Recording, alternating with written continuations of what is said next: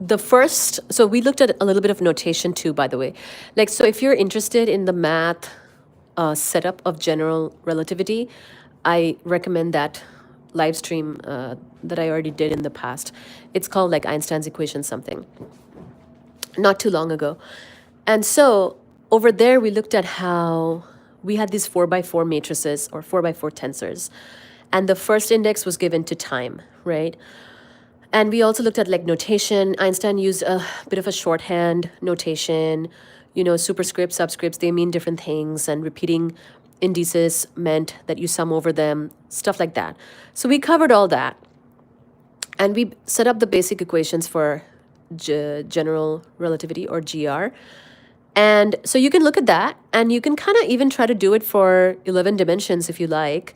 And that will be more closer to like this, what the string theorists have to do. So, I mean, a lot of respect for people who actually do the math for that. They're really good at math. So, and they might even have contributed something unique.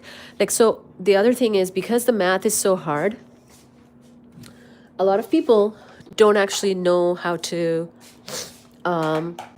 solve the equations exactly, right? So if you do solve them exactly, you might actually chance upon some new thing that other people just didn't find because they couldn't do the math.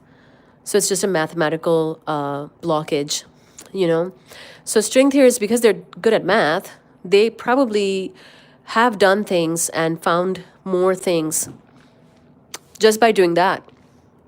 So good for them and us that there are people who do this, And like I said, the reward can be less in doing string theory because it's not testable.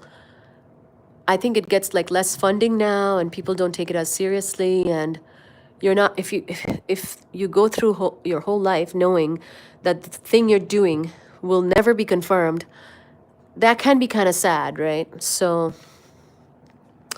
more power to the string theorists, but also more power to quantum and particle. These things are good too.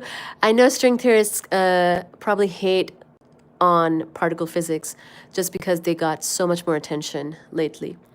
For someone traveling at speed of light, do they experience distance? Yeah, of course. So it still takes light a finite amount of time to go a certain distance.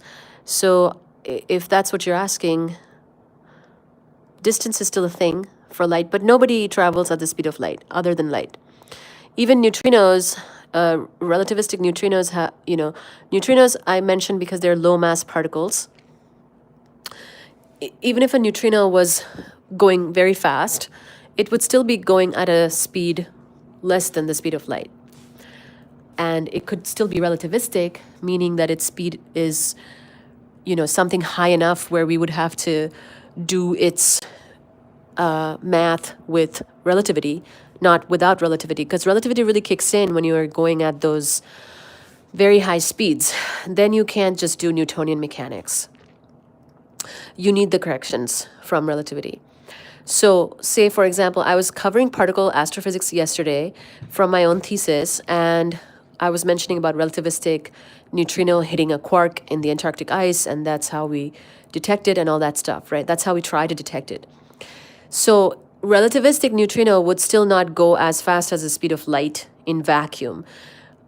I mentioned how after the neutrino, say from a exotic, high energy event, hits the quark in the ice, it creates a particle shower, and then that particle shower goes at a speed that is more than the speed of light in that medium, producing Cherenkov radiation, but it's still not the speed of light in vacuum. So the speed of light in vacuum is still greater, and only light goes at that speed, okay? Nothing else. Yes, I know. First, they were suspended to travel at speed of light. Suspected, yes.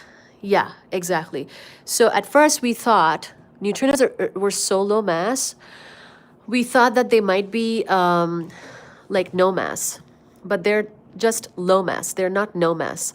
So they still have a little bit of mass, and there's like 3 different flavors. They're definitely more odd and more unique